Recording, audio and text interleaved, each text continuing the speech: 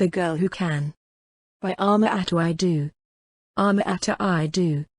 Née Christina Ama Aidoo is a Ghanaian author, poet, playwright and academic.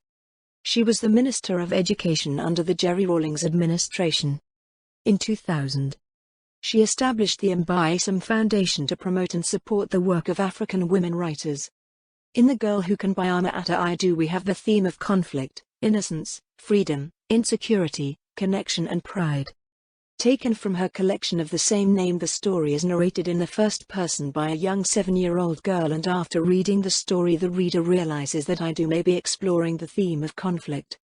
Nana and Mami argue about two things: the narrator's skinny legs and the narrator's father. It is as though Nana is in disagreement with Mami when it comes to both issues. She does not consider that the narrator will have the ability to have children, as her legs will not support the hips that Nana believes are needed for a woman to carry a child. This may be important, as in many ways Nana may not only be criticizing the narrator but she might also be criticizing Mami and blaming her for the fact that the narrator has such skinny legs. As to Nana's judgment on the narrator's father, the reader can only assume that again Nana is criticizing Mami for her choice of husband, which may leave some readers to suggest that there is a conflict between both Nana and Mami, with Nana always getting the upper hand, possibly due to the insecurities that Mami may feel due to the criticism she gets from Nana. It is also interesting that the narrator herself does not feel insecure about how her legs look, rather she is more inquisitive as to whether or not she will be able to have children, even though she has yet to fully grow and is only 7 years of age. The narrator's curiosity may be important, as it suggests that the narrator is still somewhat innocent, as one would expect a 7-year-old child to be.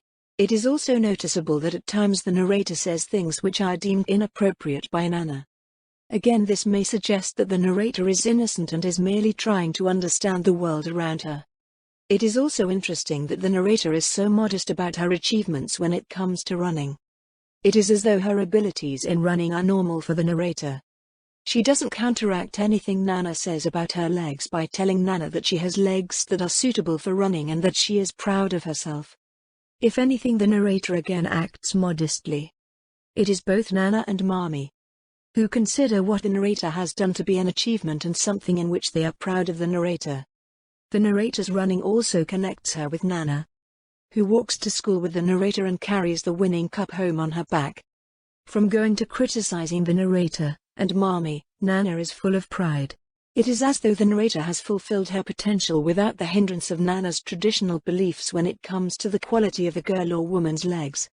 If anything, the narrator's abilities when it comes to running free the narrator from the traditional outlook that Nana has when it comes to the abilities of a woman to give birth. This might be important, as Aidoo may be suggesting that the narrator may not necessarily carry on the traditions that Nana has lived her life by. With freedom comes choices, and the narrator may choose later on in life to take a different path to Nana and Mami. She is after all physically different in Nana's eyes, so it would not be too much to suggest that mentally the narrator might also be different to Nana and Mami. What is also interesting about the story is the fact that the only real freedom that the narrator has comes with her running, and as mentioned, the narrator is modest about her abilities. She does not consider herself to be more important than others just because she keeps winning races. If anything, the narrator has an ability which the reader is left hoping is nurtured by Nana and Mami.